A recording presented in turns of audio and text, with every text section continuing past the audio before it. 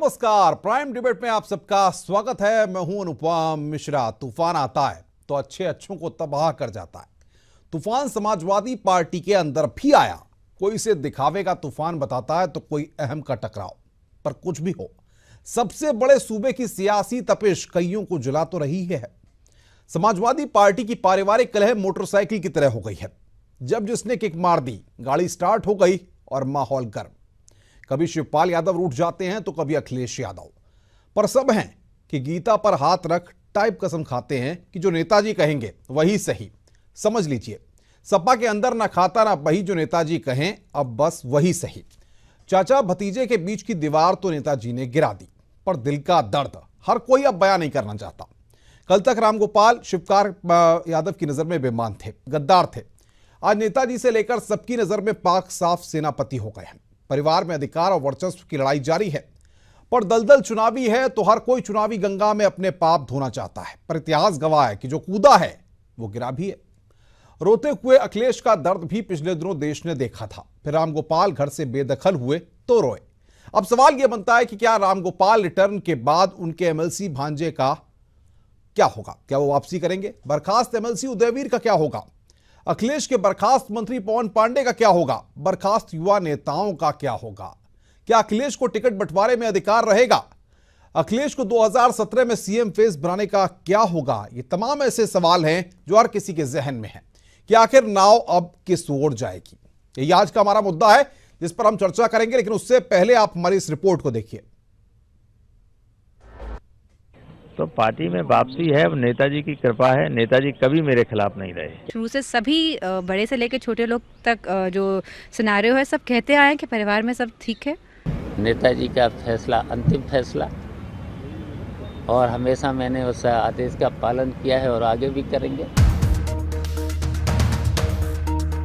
रामगोपाल यादव की सपा में वापसी हो चुकी है। जो हैसियत रामगोपाल यादव की सपा में पहले थी वही वापस मिल गई है। अंतर यह है कि मुलायम के आदेश के बाद बर्खास्तगी की घोषणा शिवपाल यादव ने की थी और वापसी की मुनादी नहीं की गई, लिखित में बता दिया गया। सभा में बोले तो मैंने कल भी कहा था कि मैं तो जन्मजात नेता हूं। तो पार्टी में वापसी है, अब नेताजी की कृपा है। नेताजी कभी मेरे खिलाफ नहीं रहे। क्या मुलायम सिंह जी ने आपको फोन करके बताया कि हम चाहते हैं कि आप पार्टी के लिए वही काम करें जैसा आप पहले कर रहे थे? नहीं, वो जानते हैं कि मैं पार्टी के लिए काम हमेशा करता रहा और आगे भी करता रहूंगा। और जो जैसा निर्देश पार्टी के नेतृत्व का होगा उससे हटके मैंने जीवन में कभी काम नहीं किया। विरोधियों का एक होना किसे भाता है? मायावती को भी नहीं भाया है। और सपा का वोट कहां कहां और कैसे बटेगा, इसकी पूरी जानकारी यूपी को दी। तो अभी ये लोग श्री राम गोपाल यादव की वापसी कर ले, चाहे कितने भी लीपापोती कर ले, चाहे वो शिवपाल यादव को फिर से मंत्री बना दें, तो कितना भी ये लोग लीपापोती कर लें, लेकिन सपा परिवार में जो दो खाई पैदा हो गई है, इनका परिवार दो खेमे में बट गया है। एक अखिलेश खेमा है और एक शिवपाल खेमा है। तो होगा क्या? चाहे ये कितना भी लीपापोती कर ले आपस में, चाहे ये लोग मीडिया के अंदर दिखाने के लिए कि ये ऐसा इंप्रेशन दे दे कि पूरा परिवार एक हो गया, वो हुआ नहीं है। और हम कह रहे थे ना कि यह राजनीतिक ड्रामा है। आज प्रोफेसर रामगोपाल जी की वापसी हो गई ना। लाठी मारने से पानी फटता है क्या? हाँ, हलचल जरूर होती है और वो हलचल सपा के भीतर अभी भी है। शिवपाल का नहीं पता, लेकिन अखिलेश की चाहत एक के बाद एक पूरी हो रही है। लेकिन सवाल अभी भी कई हैं, जैसे रामगोपाल के बर्खास्त एमएलसी भांजे का क्या होगा, बर्खास्त एमएलसी उदयवीर का क्या होगा, अखिलेश के मंत्री पवन पांडे की बर्खास्तगी का क्या होगा, तमाम बर्खास्त युवा नेताओं का सपा में वेलकम कब होगा, अखिलेश को टिकट बंटवारे में अधिकार की बात का क्या होगा और 2017 में अखिलेश को चेहरा बनाने की बात का क्या होगा। जरूरत में या मजबूरी में कुछ कम या ज्यादा करके सपा को अखिलेश की बात माननी पड़ेगी, क्योंकि सपा में सब ठीक है, परिवार में कोई फूट नहीं है।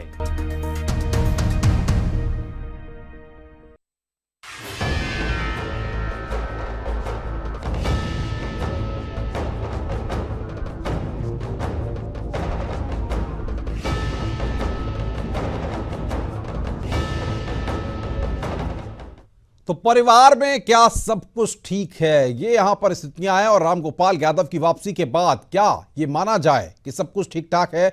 और जिस तरीके से तमाम और जो नेता हैं समाजवादी पार्टी के जिनको कि बाहर का रास्ता दिखाया गया था, क्या अब उनकी भी वापसी होगी? ये तमाम ऐसे सवाल हैं जो इस वक्त उठ रहे हैं। इसी पर हम चर्चा कर रहे हैं। हमारे साथ खास मेहमान जुड़े हुए हैं। मोहसिन रजा बीजेपी के प्रवक्ता हैं, वो हमारे साथ जुड़े हुए हैं। सुरेंद्र राजपूत कांग्रेस के प्रवक्ता हैं, मधु गुप्ता समाजवादी पार्टी के प्रवक्ता हैं और फैजान खान बसपा नेता हैं। रामेश्वर पांडे वरिष्ठ पत्रकार हैं। सबसे पहले मधु गुप्ता जी, मैं आपके पास आना चाहूंगा, क्या चल रहा है आखिर आपकी पार्टी में? अंदर बाहर का खेल है, कभी किसी को बाहर कर देते हैं फिर उसके बाद अंदर आ जाता है, चल क्या रहा है फिलहाल?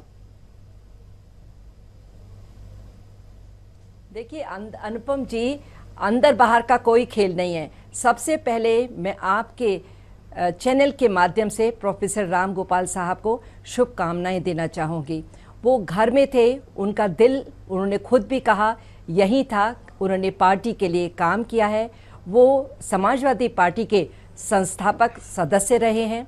उन्होंने जो समाजवादी पार्टी का संविधान है उसमें उनका सहयोग रहा है और हमेशा उन्हें समाजवादी पार्टी की बेहतरी के लिए काम किया है। समाजवादी पार्टी परिवार एक बड़ा परिवार है। जब बड़ा परिवार होता है तो कभी कभी कुछ अंदर हो भी जाता है, ये तो आप जानते हैं, चाहे घर का परिवार हो, बाहर का परिवार हो, ऐसा होता है। लेकिन हमारे समाजवादी पार्टी में जो हमारे राष्ट्रीय अध्यक्ष माननीय नेताजी कहते हैं, माने उनकी कहने पर वो अंतिम फैसला होता है, क्योंकि वो जो भी कहते हैं इतने अनुभवी हैं, आप जानते हैं, वो देश के बड़े नेता हैं। गुप्ता जी, सवाल यहाँ पर मैंने तो रामगोपाल यादव को बाहर नहीं निकाला था, आपकी पार्टी ने निकाला था 6 साल के लिए, और साथ ही साथ ये भी कहा था कि वो बीजेपी के साथ, उनके नेताओं के साथ संबंध है, उनसे मुलाकात की है। तमाम गंभीर आरोप शिवपाल यादव ने लगाए थे और ये कहा गया था कि नेताजी की तरफ से आदेश मिला है कि उनको बाहर किया जाए, और उसके बाद अब नेताजी के आदेश पर ही उनको अंदर लिया गया। इतने गंभीर आरोप होने के बाद बाहर कर दिया गया और 1 महीना भी नहीं हुआ कि आपने उनको अंदर कर लिया। जी, आरोप कुछ भी हो सकते हैं, लेकिन नेताजी हमारी पार्टी के राष्ट्रीय अध्यक्ष हैं।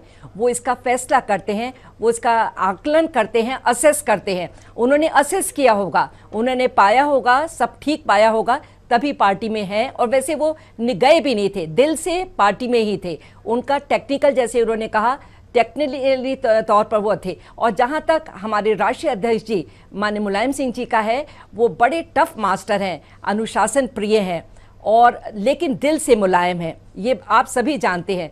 तो उनके साथ ये है, जहाँ तक वर्क का है, काम का है, वो टफ मास्टर है। नहीं लगता आपको नेताजी को कंफ्यूज किया गया था रामगोपाल यादव को लेकर के? अभी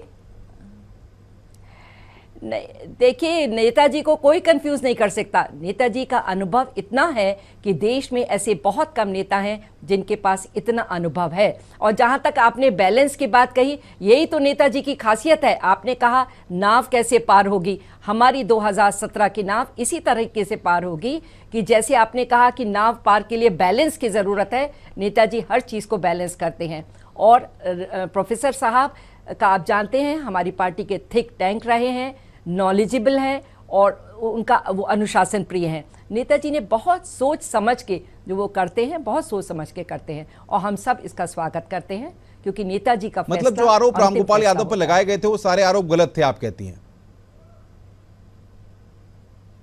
ये असेस किया होगा और उसको ठीक पाया गया होगा कि इसमें कोई ऐसी गड़बड़ नहीं है। तभी क्या कि जैसे मैंने कहा, नेताजी इतने अनुभवी हैं कि कोई गलत डिसीजन इस चीज में नहीं ले सकते हैं। तो उस वक्त कैसे डिसीजन ले लिया था 6 साल के लिए बाहर करने का? तब क्या असेस नहीं किया था? देखिए हालात होते हैं। आप किसी भी राजनीतिक पार्टी का इतिहास उठाइए, ऐसा समय आता है कि कुछ लोग बाहर होते हैं फिर अंदर आते हैं, जबकि हमारी पार्टी में ऐसा नहीं हुआ। आप बीजेपी में देखिए, कल्याण सिंह जी के लिए देखिए, आप कांग्रेस में देखिए, माननीय एनडी तिवारी जी को देखिए, अर्जुन सिंह जी को देखिए। लेकिन यहाँ कहानी एकदम फ़र्क है। वो कभी पार्टी से अलग नहीं गए। जो भी कुछ टेक्निकल रीजंस थे, फॉर द टाइम बीइंग थोड़ा सा बाहर रहे, लेकिन दिल से पार्टी में रहे। मतलब आपका ये कहना है कि रामगोपाल यादव के अलावा भी जो समाजवादी पार्टी में जो लोग रहे थे, जिनको मुलायम सिंह यादव ने और शिवपाल यादव ने बाहर का रास्ता दिखा दिया था, वो लोग भी अब वापसी कर लेंगे? ये final decision central parliamentary board का होता है, जो वो डिसीजन लेंगे, जो उसको रिव्यू करेंगे सिचुएशन को। देखिए, जो सिचुएशन एक 2 महीने पहले होती है वो आज में फ़र्क होती है। कोई भी आरोप किसी के लिए भी लगाया जाता है, अगर वो गलत पाया जाता है तो उसको रिवर्ट बैक किया जाता है। तो यहाँ भी हालत ये है, जब नेताजी पाएंगे सब ठीक है तो घर वापसी होगी, बिल्कुल होगी। मोहसिन रजा, मैं आपसे जानना चाहूंगा, क्या आपको लगता है कि समाजवादी पार्टी में सब ऑल इज वेल है? क्या पिछले वक्त में जो आंसू बहे थे, अभी 4-5-10 दिन पहले रामगोपाल यादव ने जिस तरीके से आंसू बहाए थे और उसके बाद राज्यसभा में भी उन्होंने संबोधित किया, पार्टी का प्रतिनिधित्व वहां पर करते हैं, तो उसके बाद जो स्थितियां उभरी हैं, रामगोपाल वापस आ गए हैं, क्या आपको लगता है कि ऑल इज वेल है सब कुछ? देखिए अनुपम, मधु जी ने बहुत सारी बातें रखी, उन्हीं की बातों से मैं शुरू करता हूं। उन्होंने बहुत अच्छे से बातें रखी, लेकिन उन्होंने साफ तौर पर यह बता दिया कि परिवारवाद क्या होता है। समाजवादी पार्टी से सीख लेना चाहिए लोगों को, और अगर लोग नहीं जानते थे तो आज में उन्होंने पूरी व्याख्या कर दी परिवारवाद की। उन्होंने इतनी देर बखान किया है रामगोपाल जी का, पूरे आपने देख लीजिए जितना वक्तव्य उनका है, जितनी देर वो बोली हैं, उसमें सारे से सारे ज्यादा तारीफ उन्होंने उनकी करी है रामगोपाल जी की। और जो नेता उनके सस्पेंड हैं, जिनके बारे में आपने सवाल किया कि क्या इनकी वापसी हो जाएगी, वापसी हो या ना हो वो सेकेंडरी है उनके लिए, परिवार पहले है उनके लिए। ये बात तो समाजवादी पार्टी की नेता ने बैठकर भी बता दी जनता को, आज जो जनता देख रही है ये टीवी, और हम भी यही बात कहते चले आ रहे हैं। और ये पारिवारिक ड्रामा था, इसलिए कि विकास के नाम पर आपने कुछ किया नहीं था। आप बखान कर रहे थे कि मैंने विकास किया, मैंने विकास किया, मैं विकास करूंगा, मैंने ये कर दिया। बताना जब पड़ता जनता को, इसलिए आपने गुमराह करने के लिए ये ड्रामा किया, ये पूरा ड्रामा किया, और उसका क्लाइमैक्स भी दिखा दिया कि हम परिवार हैं और हमारे परिवार से बढ़ के हमारी पार्टी नहीं है। समाजवादी पार्टी परिवार से आगे नहीं जा सकती। परिवार में अगर सब कुछ ठीक है तो समाजवादी पार्टी में ठीक है, और अगर पार्टी में परिवार में गड़बड़ है तो बीच में जो तलवार खींची थी, नेताजी ने उस तलवार को तो निकाल के बाहर फेंक दिया, दीवार को गिरा दिया, लेकिन क्या स्थितियां बेहतर हो पाएंगी? क्या लग रहा है कि दिल से दिल मिल पाया या फिर दिखावे का दिल है?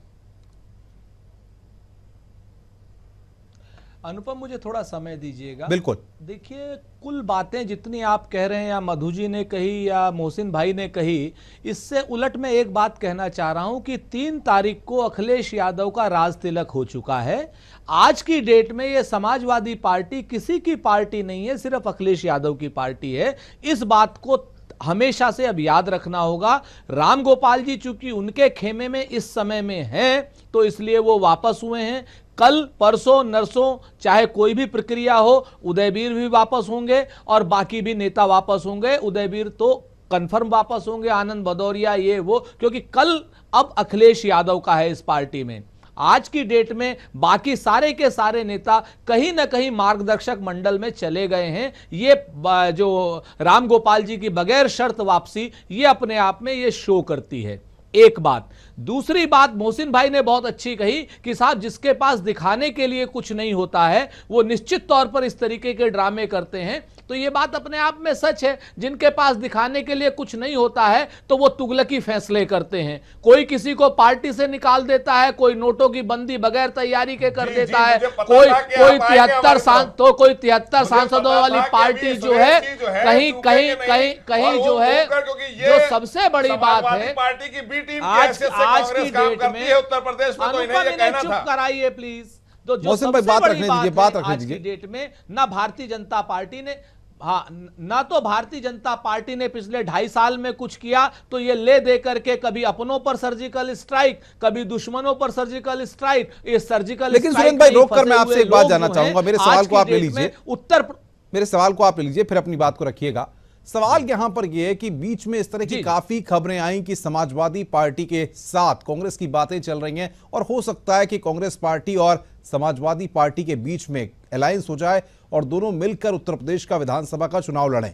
ऐसे में एक तरफ आप इस तरह की बातें रख रही हैं, एक तरफ आप समाजवादी पार्टी की सरकार को कोस रहे हैं, और भीतर खाने बातें भी चल रही हैं। क्या आपको नहीं लगता ये ठीक नहीं है? देखिए, बड़ी स्पष्ट बात है, तथ्यपरक बात करनी पड़ेगी अनुपम। बिल्कुल।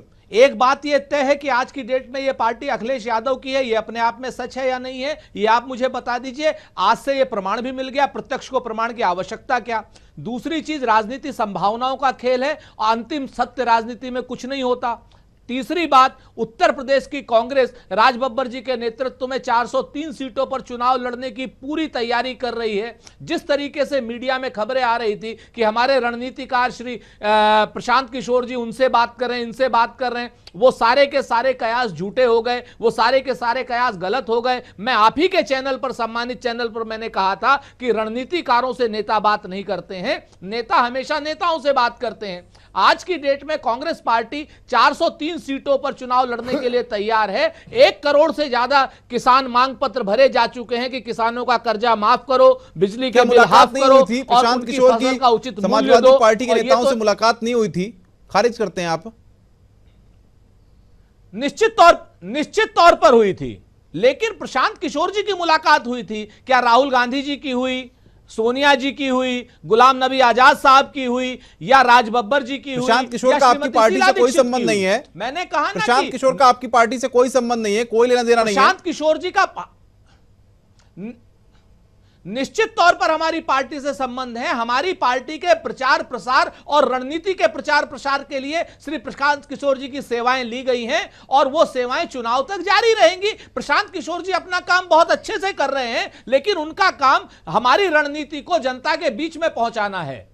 हमारी रणनीति को जनता के बीच में बहुत अच्छे से पहुंचा रहे हैं, लेकिन रणनीति बनाने का काम हमारे नेताओं का है। 128 साल पुरानी पार्टी जो है, सुप्रीमो है, उनका भी बयान सामने आया।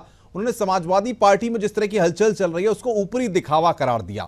ये समझना चाहेंगे किस तरह का ये ऊपरी दिखावा है, मायावती क्या संदेश देना चाह रही हैं? देखिए, बहन जी ने साफ तौर पे ये बता दिया है कि दिलों को भरना अब नेताजी के बस की नहीं है। आप इसी स्टेटमेंट पे देख ले, जब रामगोपाल जी की वापसी होती है तो उन्होंने कहा नेताजी उनके खिलाफ कभी नहीं थे। इसका मतलब पार्टी में कोई शख्स तो है जो उनके खिलाफ आज भी है।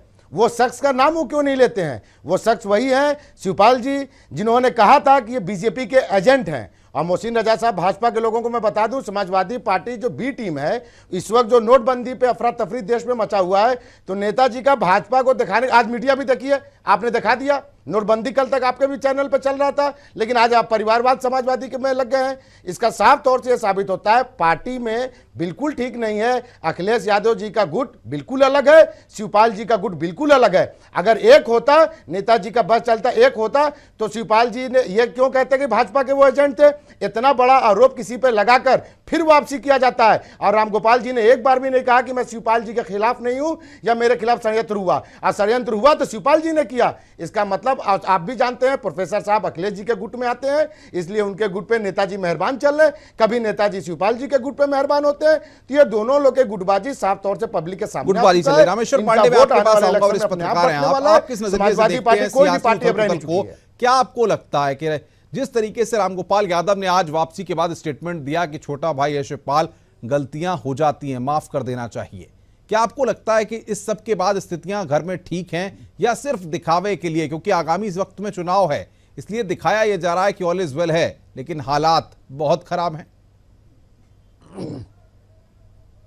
नहीं, घर में स्थितियां अगर ठीक होती तो शिवपाल यादव का यह बयान कि अब रामगोपाल की दलाली यूपी में नहीं चलेगी, ये स्थितियाँ ठीक करने का बयान नहीं है। और जिस तरह गायत्री प्रजापति के बारे में अखिलेश की टिप्पणी थी, और गायत्री प्रजापति अभी हैं, तो आप देखत पिछले 6 महीने में तो स्थितियाँ ठीक नहीं हैं।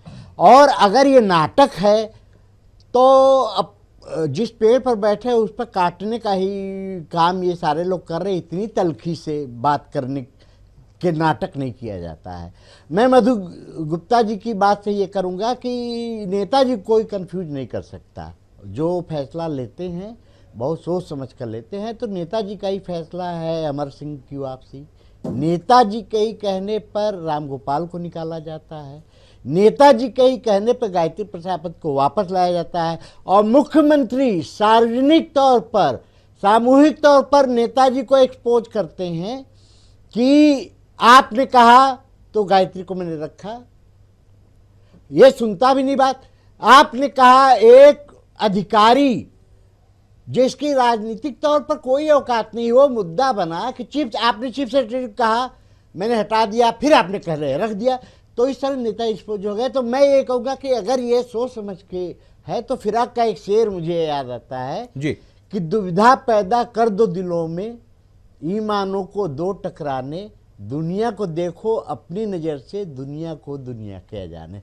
तो इसका मतलब कि नेताजी मुलायम सिंह जी दुविधा पैदा कर रहे हैं और वो पता क्या है लगता है कि कौन है जो मुलायम सिंह यादव को कंफ्यूज कर रहा है कि फैसले लिए जाते हैं, पलट दिए जाते हैं, फैसले फिर होते हैं, नहीं, कभी कुछ मुलायम सिंह यादव को कोई कंफ्यूज नहीं कर सकता। मैंने ये दरअसल मुलायम सिंह यादव सबको कंफ्यूज कर रहे हैं, शिवपाल को भी कंफ्यूज कर रहे हैं, रामगोपाल को भी कर रहे हैं, और ताजपोशी तो उन्होंने 12 में ही कर दी। और मैं राजपूत जी के एक बात से बिल्कुल सही हूं कि ताजा जो घमासान हुआ है उसमें प्रिवेल कर गए हैं अखिलेश यादव। अखिलेश यादव ने एक बड़ी रेखा खींच दी है और अब यह पार्टी अखिलेश यादव की है। नेताजी मतलब रामगोपाल भी सहाय स्थिति में है, उनकी एक सीमा बता दी गई। शिवपाल जी हाशिए पर आ गए हैं, उनकी सीमा बता दी गई। और जो लोग निकाले गए हैं इनकी बैठक में बिल्कुल एक शर्त थी मुलायम अखिलेश की कि रामगोपाल की वापसी बिना शर्त होनी चाहिए। लेकिन रामगोपाल यादव की वापसी हो गई। सवाल अब टिकट का भी खड़ा होता है, लोग हैं उनकी भी वापसी सवाल टिकट का भी खड़ा होता है। जो आप देखिए, इससे ज्यादा कही शर्मनाक स्थिति नहीं हो सकती कि जो आदमी मुख्यमंत्री एक ऐसे व्यक्ति को अपने यहाँ मंत्री बनाए हुए जिसे पार्टी निकाल दिया। किसी पार्टी में, लोकतांत्रिक पार्टी में ये स्थितियां नहीं होती, ये शर्मनाक बात है। तो अब अखिलेश प्रिवेल कर रहे हैं, पार्टी उनकी है, ये आज की घटना से लगा और कल सारे लोग निकाले भी जाएंगे।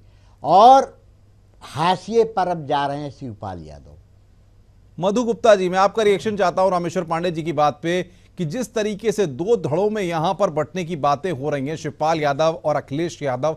शिवपाल यादव को लेकर अलग बात कही जा रही है, अखिलेश यादव को लेकर अलग बात कही जा रही है। क्या लगता है कि अखिलेश का कद काफी बड़ा हो गया है और अब अखिलेश की ही चलेगी, शिवपाल की नहीं? देखिए, हमारे मुख्यमंत्री का कद तो उसी दिन बढ़ा था, हो गया था जब वो 2012 में बहुमत की सरकार बनी थी। इतने बड़े प्रदेश के मुख्यमंत्री का कद तो बड़ा होगा ही, और ख़ास तौर पर जब उन्होंने इतना विकास का काम किया है।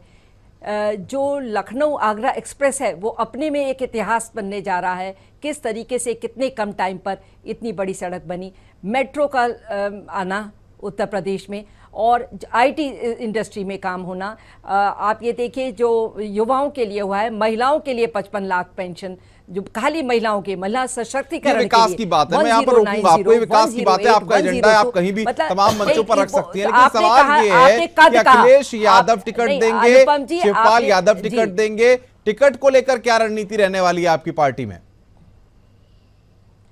देखिए, ये सेंट्रल पार्लियामेंट्री बोर्ड है और हमारे संरक्षक, हमारे गार्जियन, राष्ट्रीय अध्यक्ष माननीय नेताजी हैं, और हमारा चेहरा पार्टी का माननीय अखिलेश जी हैं। वो 5 साल मुख्यमंत्री रहे हैं, उन्होंने बहुत काम किया है, जनता उनको पसंद करती है, उनका चेहरा ही हमारा अगले इलेक्शन का चेहरा होगा। अब ये डिक्लेयर करने की बात आप कहेंगे कि फिर आप उनको डिक्लेयर करिए, ऐसा होता है, ये तो पहली बार भी हुआ। शिवपाल यादव ने प्रदेश अध्यक्ष की कमान संभाली थी, उसके बाद काफी टिकट बदल दिए थे, काफी टिकट हटा दिए थे, तब तो कोई पार्लियामेंट्री बोर्ड और तमाम तरह की बैठकें नहीं हुई। देखिए, टिकट तो बदलाव होता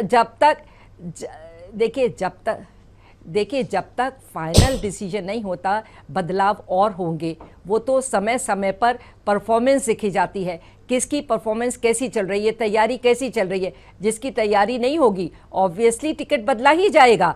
तो ये कोई बड़ी बात नहीं है, ये हर पार्टी में होता है कि समय समय पर असेसमेंट के हिसाब से टिकट दिए जाते हैं, लेकिन हर आदमी कह भी चुके हैं। नहीं, फ्रीडम कई मंचों पर मधु जी ये बात कह चुके हैं कि मुझे टिकट बंटवारे में फ्रीडम चाहिए, क्या नहीं मिल पा रही है? जी तो ऑब्वियसली उन्हें मालूम है जी, नहीं उन्हें बिल्कुल मिल रही है, क्योंकि वो मुख्यमंत्री हैं। सब वो जो चाहेंगे शिवपाल यादव टिकट बदल देते हैं, वो शिवपाल यादव क्यों टिकट बदल देते हैं? नहीं, देखिए, वो तो मैंने क्या कहा, मैंने आपसे क्या बात कही कि ये तो टाइम टू टाइम असेसमेंट है। अगर असेसमेंट, सुनिए ये क्या बोल रहे हैं, इनके घर को पहले संभालें, अपने लोगों को, सब भाग रहे हैं, तितर बितर हो रहे हैं, तो इसलिए बीच में मत बोलिएगा। क्योंकि ऐसा है कि ये तो टाइम टू टाइम असेस करना ही पड़ता है। अगर असेसमेंट में परफॉर्मेंस ठीक बढ़िया चल रही है तो टिकट रहेगा। प्रजापति को नहीं किया असेस आपने? कहीं कुछ कमी लगेगी, गायत्री प्रजापति को असेस नहीं किया? नहीं तो वो असेसमेंट के बाद टिकट मिलेगा।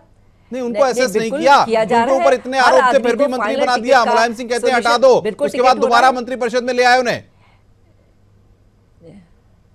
नहीं तो उन्होंने कुछ सोच समझ, मैंने आपका कहा इतना बड़ा अनुभव है, मैं तो एक कार्यकर्ता हूँ, स्पोक्स पर्सन हूँ, लेकिन जिसका अनुभव मान्य मुलायम सिंह जी जैसा अनुभव, तो मैंने फिर पहले भी कहा देश गलती हुई है, मतलब यहाँ मानती हैं आप अपर लेवल पे गलती हुई है। अपना अनुभव है, आप सीनियर आईएएस को उनके पैर छूते हैं। जी नहीं, देखिए ये आप बीच में इसलिए नहीं बोलिए, जरा बीएसपी को रोकिए, क्योंकि इनका घर इनसे संभाला नहीं जा रहा। एक छोटा सा ब्रेक मुझे लेना है, ब्रेक के बाद मैं आपसे पास आऊंगा और चर्चा करूंगा और इसी मुद्दे को हम आगे बढ़ाएंगे कि समाजवादी पार्टी में जिन पर आरोप लगे थे, जिनको दागी बताया गया था, जिनके ऊपर गंभीर आरोप लगाए गए थे, आज वो अच्छे हो गए। गायत्री प्रजापति मंत्री हैं, रामगोपाल यादव की वापसी हो गई है। तमाम उन नेताओं का क्या होगा जो कि विरोध करने पर उतारू हुए थे जब शिवपाल और अखिलेश के बीच तलवारें तनी थीं? इस पर चर्चा करेंगे ब्रेक के बाद। जल्द हाजिर होता हूं।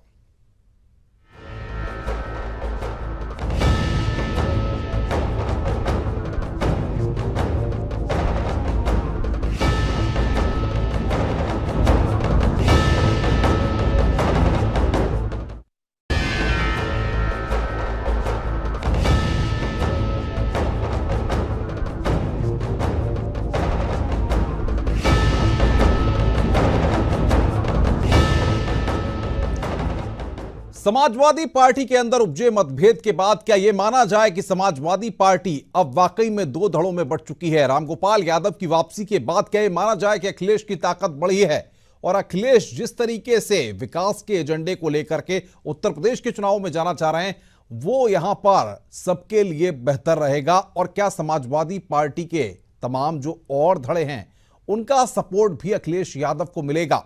और अखिलेश यादव जिस अप्रोच के साथ आगे बढ़ना चाह रहे हैं, उस अप्रोच के जरिए क्या एक बार फिर समाजवादी पार्टी सत्ता में आ पाएगी? ये एक बड़ा सवाल है। इस पर हम चर्चा कर रहे हैं। हमारे साथ खास मेहमान जुड़े हुए हैं। मैं चलूंगा मधु गुप्ता जी के पास, जो कि समाजवादी पार्टी की प्रवक्ता है। मधु गुप्ता जी, क्या हुआ पिछले वक्त में? ये सबने देखा, इसको आप नजरअंदाज नहीं कर सकती, मना नहीं कर सकती कि अखिलेश यादव और शिवपाल यादव के बीच में रिश्ते खराब हुए थे, भले ही नेताजी ने बाद में रिश्तों को अच्छा करने की कोशिश की हो। लेकिन ऐसी स्थिति में क्या आपकी पार्टी को एक बड़ा नुकसान नहीं हुआ है? अखिलेश यादव जिस तरीके से फ्रीडम अप्रोच के साथ काम कर रहे थे, उसको एक झटका नहीं लगा है?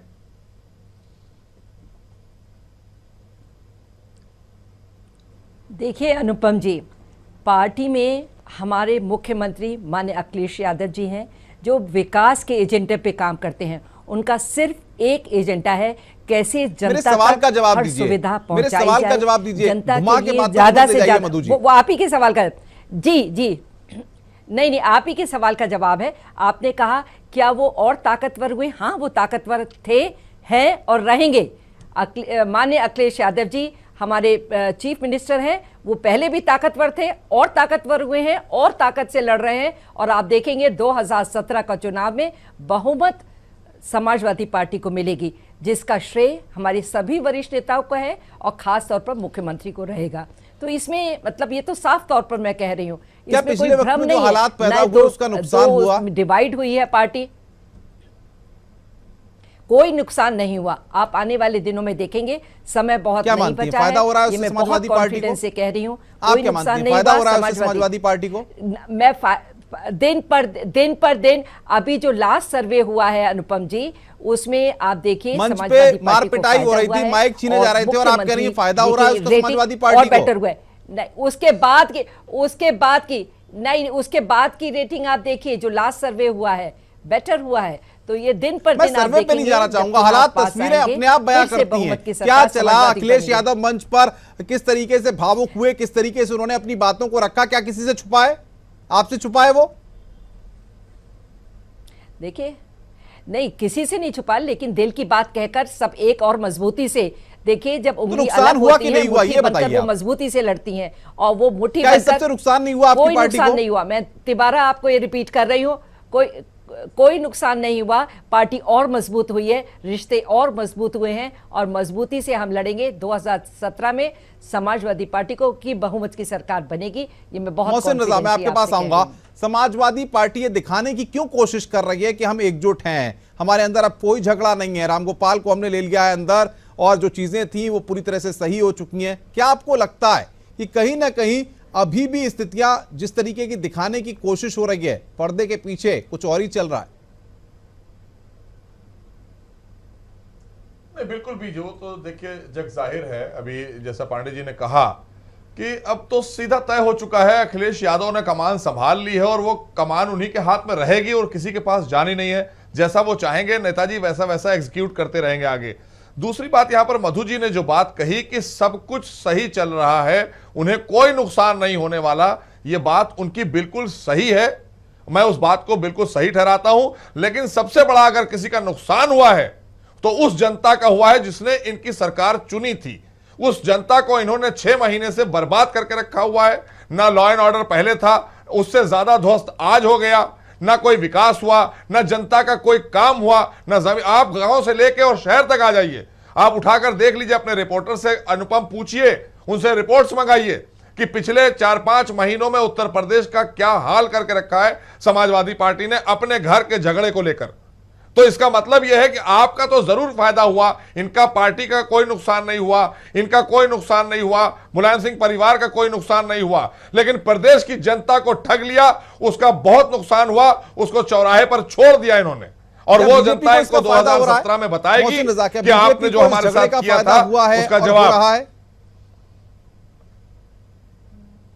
देखिए, बीजेपी विकास के एजेंडे पर आई थी अनुपम, विकास के एजेंडे पर आज भी है और विकास के एजेंडे पे आखिरी दिन रहेगी और हम विकास का काम कर रहे हैं, करते रहेंगे, चाहे कोई कुछ कहता रहे, हमें उससे मतलब नहीं है। हमारी एक सीधी सोच है, प्रधानमंत्री ने कहा है कि हम विकास के मुद्दे पर जाएंगे और विकास के मुद्दे पर ही हम सरकार में आए। उत्तर प्रदेश में भी हम सरकार विकास के ही मुद्दे पर बनाएंगे। देश का विकास, आम जनता का विकास हमारी प्राथमिकता है। सुरेंद्र राजपूत जी, आपके पास जाना चाहूंगा। क्या अखिलेश यादव को जिस तरीके से कहा जा रहा है कि अब वन मैन आर्मी के रूप में अखिलेश यादव काम करेंगे, क्या लगता है इतना आसान होगा? देखिए, सत्ता का संघर्ष कभी भी आसान नहीं होता अनुपम, लेकिन इस सत्ता संघर्ष में कहीं ना कहीं अपनी पार्टी में अगर कोई विजेता होकर के उभरा है तो अखिलेश यादव उभरे हैं। आज की डेट में उन्होंने अपने सारे योद्धाओं को तलवारें रखवा दी हैं, सब योद्धाओं को मजबूर कर दिया है घुटनों पर बैठने के लिए, और अब उन सबको कहा गया है कि भाई आप मार्गदर्शक मंडल में बैठिए, काम मैं करूंगा, चेहरा मेरा है, पार्टी मेरी है, सत्ता मेरी है, सरकार मेरी है। आज की डेट में वो एक निर्विवाद नेता के रूप में, समाजवादी पार्टी के एक निर्द्वंद नेता के रूप में उभरे हैं। अब उनकी जिम्मेवारी बढ़ी है, अब वो बढ़ी हुई जिम्मेवारी के साथ किस तरफ चलते हैं, इतिहास बनाते हैं या अपने आप को किसी और तरीके से चलते हैं, ये उनको तय करना होगा। लेकिन एक चीज तय है आज रामगोपाल जी के रिटर्न से कि बाकी सारे नेताओं का, इंक्लूडिंग उदयवीर सिंह, इनका आप वापसी बिल्कुल कंफर्म है। दूसरी बात मैं आपसे बताऊं, जैसे आप लोग इस तरीके की बातें कर रहे थे अभी, मोहसिन भाई वगैरह, निश्चित तौर पर 2017 में विकास का एजेंडा ही रहना है, लेकिन उस विकास का एजेंडा रहना है जो आम आदमी से संबंधित हो, कहीं अडानी और अंबानी के विकास के एजेंडे से संबंधित न हो। उत्तर प्रदेश की 22 करोड़ जनता आज पूछ रही है आज की डेट में कि जो सबसे बड़ी है कि 60 रुपए की दाल दो। अनुपम, फिर से वही बात आ जा रही है। आपके नेता यहाँ आपको और कोई काम नहीं बचा रहे, विकास के साथ अगर आप परेशान क्यों हैं? मैं आपके पास आता हूं। आपने 65 साल कांग्रेस ने क्या विकास किया देश का बता दीजिए। आप बात को बताते हैं, आप पता नहीं क्या बताते हैं। बात पूरी कर लेने दीजिए जरा। देखिए, अच्छी बात करिए, विकास हो रहा है देश में तो विकास की बात करिए। आप परेशानी आपको क्या है?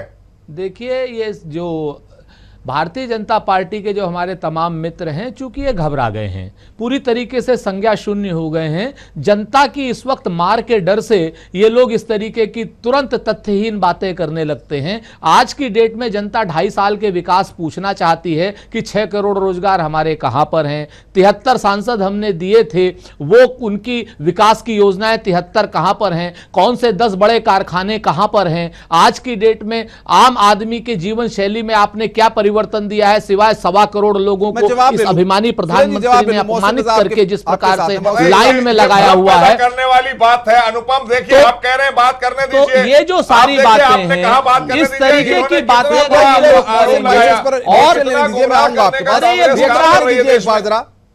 मोहसिन रजा कंटिन्यू। ये देखिए मेन चीज क्या है कि जो गुमराह करने का काम इस वक्त पॉलिटिकल, अरे भाई गुमराह करने का काम तो आज की डेट में मोहसिन रजा कर रहे हैं, प्रधानमंत्री कर रहे हैं, अमित शाह कर रहे हैं। झूठ बोलते हैं आप जनता से, आप जनता से तूफान बोलते हैं। एक्सपोज हो गए हैं, एक्सपोज आप हो गए ये लोग। बिना तैयारी के रुपए बदलते हैं आप। मेरी बात को सुनिए, मैं आप सबको रोकूंगा, मुझे वरना ऑडियो डाउन कराना पड़ेगा। मेरी बात को सुनिए आप। रामेश्वर पांडे जी, मैं आपके पास आना चाहूंगा। तमाम राजनीतिक दल के लोग जो हैं जाहिर तौर पर एक दूसरे पर आरोप प्रत्यारोप करते रहेंगे, लेकिन जिस तरीके से समाजवादी पार्टी में जो स्थितियां हैं, तमाम ऐसे नेता हैं जो कि सक्रिय थे, जो कि अखिलेश यादव की कोर टीम में भी थे, वो बाहर हो गए। शिवपाल यादव के साथ रिश्ते और तलखी जो आई जिस तरीके की, उसके बाद उनको बाहर कर दिया गया। जिस तरीके से इस बातें आ रही हैं कि अखिलेश यादव का कद बढ़ा है, सारी पावर उनके हाथ में है, क्या आने वाले वक्त में वो तमाम लोग समाजवादी पार्टी के अंदर दिखाई देंगे? नहीं, मैं अभी ये नहीं मानता कि सारी पावर उनके पास है। अखिलेश ने जिस दिन स्टैंड लिया कौमी के एकता दल के सवाल पर, देखिए अखिलेश ने जब पहली बार डीपी यादव के मुद्दे पर एक स्टैंड लिया था तो एक अखिलेश का कद बढ़ा हुआ था, लेकिन 3 साल में 4 साल में तमाम कोई पहला मुख्यमंत्री मैंने देखा कि इसको इतने फैसले बदलने पड़े हों और बेमन से बदलने पड़े हों। 3.5 मुख्यमंत्री, 4.5 मुख्यमंत्री, और इसको झेलते रहे अखिलेश। अभी भी अखिलेश को बड़ी लंबी लड़ाई लड़नी है। मुझे तो कई बार लगता है कि अखिलेश बहुत असहाय व्यक्ति हो गए हैं। देख के ये अखिलेश बहुत कुछ कहना चाहते हैं, बहुत कुछ उनके अंदर है, लेकिन वो कह नहीं पाते हैं। कहीं मजबूरियां हैं, कहीं कोई बात है जिसको वो कहना चाहते हैं, हाँ, सच बताना चाहते हैं, और उन्होंने कहा है। तो मुझे कई बार लगता है कि अखिलेश बहुत असहाय है। अभी भी मुलायम सिंह असहाय हैं और शिवपाल यादव भी असहाय हैं, और जिस तरह रोया राम गोपाल ने, अब इससे निकलना है। लेकिन ये सही है कि अखिलेश ने यह बता दिया है, इसे पीढ़ी का भी संघर्ष मानिए कि अब पार्टी उनकी है। और मैं बिल्कुल इस बात से सहमत हूं कि भविष्य अखिलेश का है, ताकत भी उनकी है, लेकिन उन्हें लड़ना है। अभी अमर सिंह, जिनको उन्होंने बिल्कुल बर्दाश्त नहीं कर देंगे, जिसको खुलेआम उन्होंने कहा है, उन्हें गायत्री प्रजापतियों से लड़ना है, उन्हें कौमी एकता दल के विलय को रोकना है। जो टिकट दे दिया शिवपाल ने उनको, सबसे बड़ी महाभारत, इसको मैं फाइनल महाभारत मानूंगा, इस सत्र का टिकट बंटवारा। जो अखिलेश ने कहा कि मुझसे सब ले लीजिए, टिकट मैं बांटूंगा, तो अखिलेश को लगता है कि उनका चेहरा और उन्होंने जो काम किया है उससे लड़ेंगे। नेताजी को यह लगता है, और देखिए सारे लोग विकास की बात कर रहे हैं और विकास के मुद्दे पर लड़ेंगे। टिकट सब जातिगत समीकरण पर देंगे, रणनीतियां सब जातिगत समीकरण पर देंगे। मायावती जी ने तो बाकायदा सांप्रदायिक एजेंडा ही चला दिया। उनकी राजनीति को भी आपने देखा है। शिवपाल यादव नाराज हुए थे, तब मुलायम सिंह यादव विकास का नारा रहेगा और सांप्रदायिक और जातिगत एजेंडा चलेगा। क्या मुलायम सिंह यादव ने रामगोपाल यादव की वापसी को लेकर के शिवपाल यादव से कोई बातचीत की होगी, या मुलायम सिंह यादव ने पत्र जारी कर दिया? नहीं, मुलायम सिंह यादव की एक सबसे अच्छी बात है कि वो बात जरूर करते हैं, लेकिन बातचीत 2 अच्छी आदत है। नाराज होते हैं तो दूसरे के जरिए वो संदेश पहुंचवाते हैं, और जब कोई बात कहनी होती है तो सीधे बात करते हैं। तो उन्होंने शिवपाल को बता दिया होगा कि शिवपाल मैं ये फैसला लेने जा रहा हूं, और शिवपाल ने कहा होगा आपका जो फैसला मुझे मान्य है। रामगोपाल को उन्होंने नहीं बताया था, लेकिन रामगोपाल जानते हैं कि ये फैसला आ गया है, नेताजी नाराज हैं, और नाराजगी दूर हो गई। ये नेताजी का बहुत पुराना, पिछले फैजान खान बीएसपी रहता है, मैं आपके पास आना चाहूंगा। और नेताजी जिस तरीके से बीएसपी स्ट्रेटजी तैयार कर रही है, फैजान साहब का एक रिएक्शन लेना चाहता हूं। जिस तरीके से बीएसपी स्ट्रेटेजी प्लान कर रही है चुनाव को लेकर के, समाजवादी पार्टी में जो हालात बन रहे हैं, समाजवादी पार्टी में जो उथल पुथल देखी गई पिछले वक्त से लेकर अब तक, और अब भी जिस तरह की चीजें हैं, क्या बीएसपी उसको एक मुद्दा बनाएगी? नहीं, बीएसपी तो मुद्दा बनाएगी, समाजवादी पार्टी खुद एक मुद्दा बना दिया है। परिवार का मुद्दा इस परिवार से कभी अलग हुआ ही नहीं है। अनुपम जी, आप देखिए, लड़ाई घरों की अच्छी लगती है, लड़ाई मैदान में अच्छी नहीं लगती है।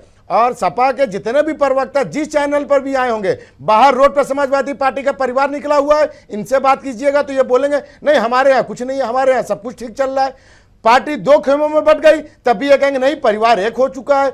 एक पार्टी दूसरे खेमे को दलाल कह रही है, वो खेमा दूसरे को दलाल कह रहा है। आपके घर इसके बावजूद वो कह रहे हैं आपके यहाँ भी तमाम लोग छोड़ के राम गोपाल जी सोचा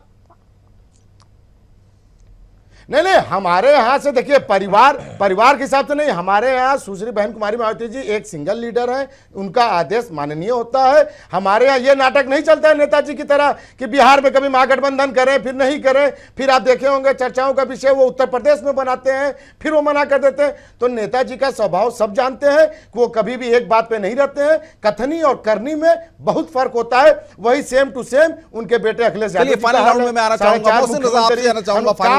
क्या लगता है आपको, समाजवादी पार्टी में ज्यादा लोकतांत्रिक कौन है? इसका समाजवादी पार्टी को 2017 में कितना नुकसान होने वाला है?